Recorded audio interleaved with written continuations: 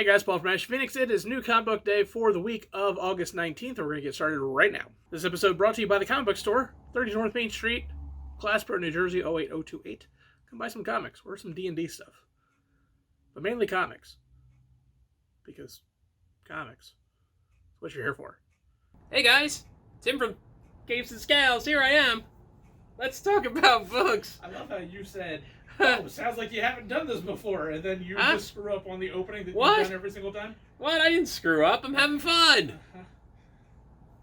Paul's a jerk. Anyways, let's talk about trades. We've got Birthright, Volume 9. This thing just keeps on trucking, huh? We've got Revenge of the Cosmic Ghost Rider. Some Frank Castle-y goodness there. We got Star Trek, Picard, Countdown. Star Trek does a lot of countdown books. They're usually prequels. I don't know if this is, but if it is, it's probably great. Fantastic Four, Volume 5. Still going with this Dan Slott run.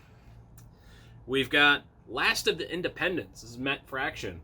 I don't know a lot about this, but I read the description and it looks awesome. It's about a bank robbery and some mob guys coming after some rednecky guys? Was it rednecky guys? I don't know, it just looked cool. Anything that's compared to the outfit, you know, the Parker books, I'm always in. We've got Lois Lane and the Friendship Challenge. Paul, you're my Friendship Challenge. Are you trying to say that our friendship is challenging? It's very challenging sometimes, you know? And we'll get there.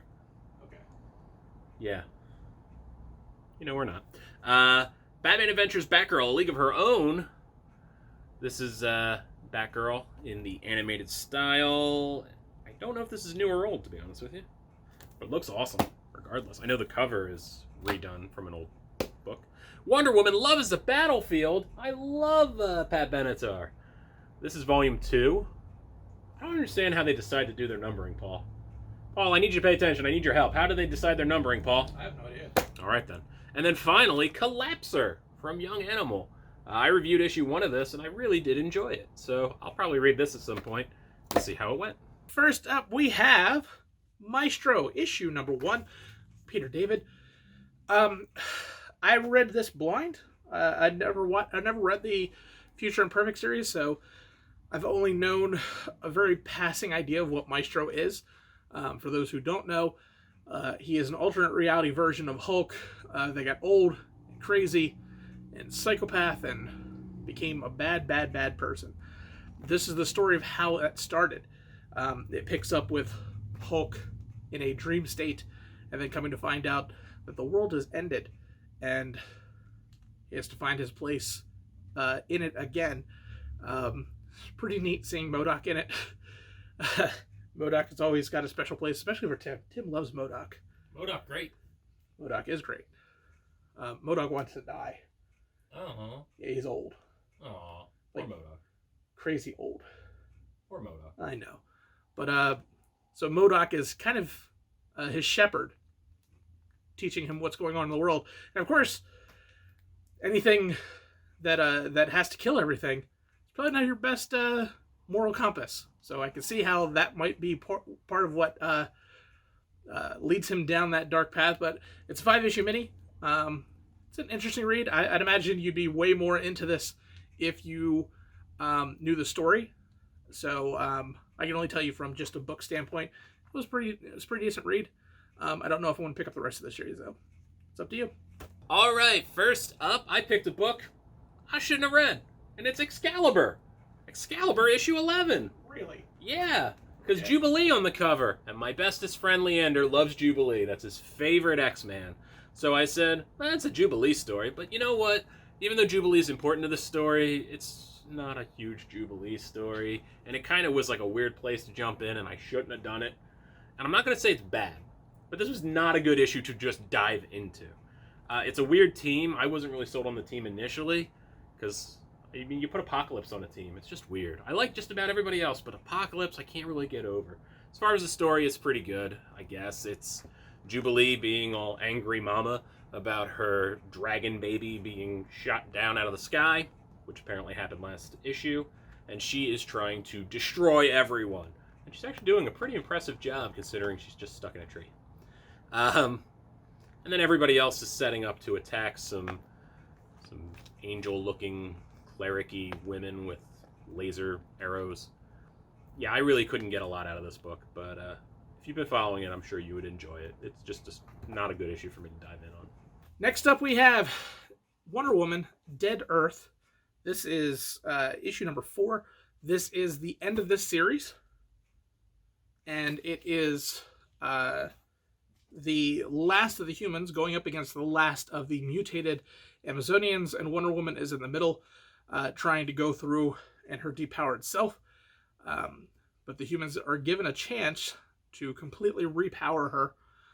But the moral dilemma that came up in the last issue, where we find out that she's the one that actually destroyed the world last time, leads the humans into an issue whether or not, or are they going to give her a second chance, or are they going to let the Amazons kill her and potentially finish the world off? We don't know. It's been a heavy book from the beginning, but it's a decent read. I mean, it's a really good, interesting read. I love Black Label titles because you get to see these fun, dynamic stories that don't necessarily have to fit into canon. So if you've been on this ride, it's got a satisfying ending. So grab it. All right, next we have Power Rangers Drakkon New Dawn, issue 1 of 3. This is a new Power Rangers mini. You may have noticed on this, I've been reading a lot of Power Rangers. I never cared about the Power Rangers, but I'm really enjoying the Boom books. And that's a good thing for me to start caring about something I didn't care about.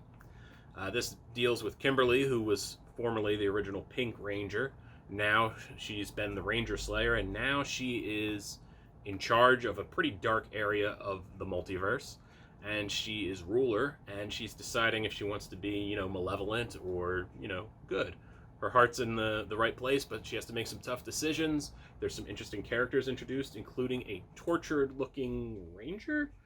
Very interesting to see where things go with that character.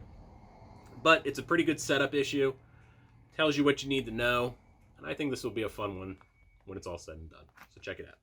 And my pick of the week, It Eats What Feeds It, issue number 2. I raved about this book when it first came out last month. And it got better. It got better. I love the art in this is breathtaking. The art is amazing in its simplicity and still just beauty. The writing style is fantastic. We learn that Kenny is kind of falling into the greatest possible gig you could ever get for a horny teenager or young adult. You get to see how his life is progressing, and then something happens where his boss is asking him to do something that he doesn't know what it is, but it is in the dark recesses of the bayou, and we start to see hints of where this book is going, and whew, man, that ending. This is an amazing series. It's absolutely awesome. It's very well written. It's fun. It's light, despite it being a very dark undertone of the book. I can't wait to see where this is. I wish this was more than 3 issues, but it's not. Hopefully, if something cataclysmic doesn't happen at the end of this book, we get more of this story, or at least more of this art style and writing combination, because I want more of it. I want more of it, and 3 issues is not going to be enough for me. So definitely grab this. If you haven't picked up issue number 1, I believe the reprint comes out this week or next week. So grab that, and then grab this, and check it out. All right, time for my pick of the week, and my pick of the week is from IDW. It's Voyage to the Stars. Paul, are you familiar with the Voyage to the Stars podcast? No. It's a hit, apparently. I'm not familiar with it either, I'm not going to lie. But apparently it's very popular. The only reason I checked out this book, besides the fact that I like to check out things I've never heard of, is James Asmus is one of the writers on it. And he's always been a favorite writer of mine. This is a funny book. It involves some D&D, it's like sci-fi D&D kind of story, where the Earth has been swallowed whole by the Nothing. And the crew that was trying to save Earth but got there too late now is leaving where Earth was to try to find the something to bring it to destroy the. It's a whole thing. It's pretty great. You know what kind of book it is pretty early on, where they are trying to find the map to find the device, and the captain has enraged a local animal by putting mech nuts on the ship, like truck nuts. Yeah, on the mech. Pretty silly. This book is silly. I don't want to give away all of it, but it's constant just hilarity and a good mix of fantasy elements, sci-fi elements. So I just had a good time reading it. I don't know anything about Voyage to the Stars, but I bet it's awesome. So maybe I will check that out. But it was good. So read it. Hey, you made it to the end of the video. Good job. There's things to be done around this here video, like bells and other things. You could do that. You don't have to, but you could. And if you did, it would make me happy. Probably. You didn't do that last week. Yeah, I know. It's like, when you go put the end of your video, I'm like, oh, shit. It just ends. It's like... All right, gang, that's it for us this week. We have a little bit to plug. Paul and the Team Ashen gals, they have Team Ashen Gaming, right? It's a lot of Paul, though. Yeah, it's a lot of me. It's a lot of Paul, but maybe going forward, the girls will get in on some of the gaming as well. Maybe I'll get in on the gaming. I only play like Pokemon Pinball on the DS. We'll figure it out. I love that game. Anyways, I don't even know what's a Pokemon. I don't know. But that's what Paul would like you to... Pocket Monster. Oh, a Pocket Monster. Now I understand. Yeah, Pocket Monster. Did you ever play that Pocket Monster Japanese side-scrolling game? It's so hard. Pikachu's huge. He's like a huge sprite on the screen. He jumps for shit. It's awful. Anyways, you should play that game one day. Team Ashen Gaming. Subscribe, bell, all that crap. Also, podcasts. My podcast, Caves and Scowls. It's on Anchor. If you listen on Anchor or Spotify or Pandora or one of those places, it helps the podcast out a little more. So thank you if you do that. And anything else you want to plug, Paul? Paul loves you. Yes?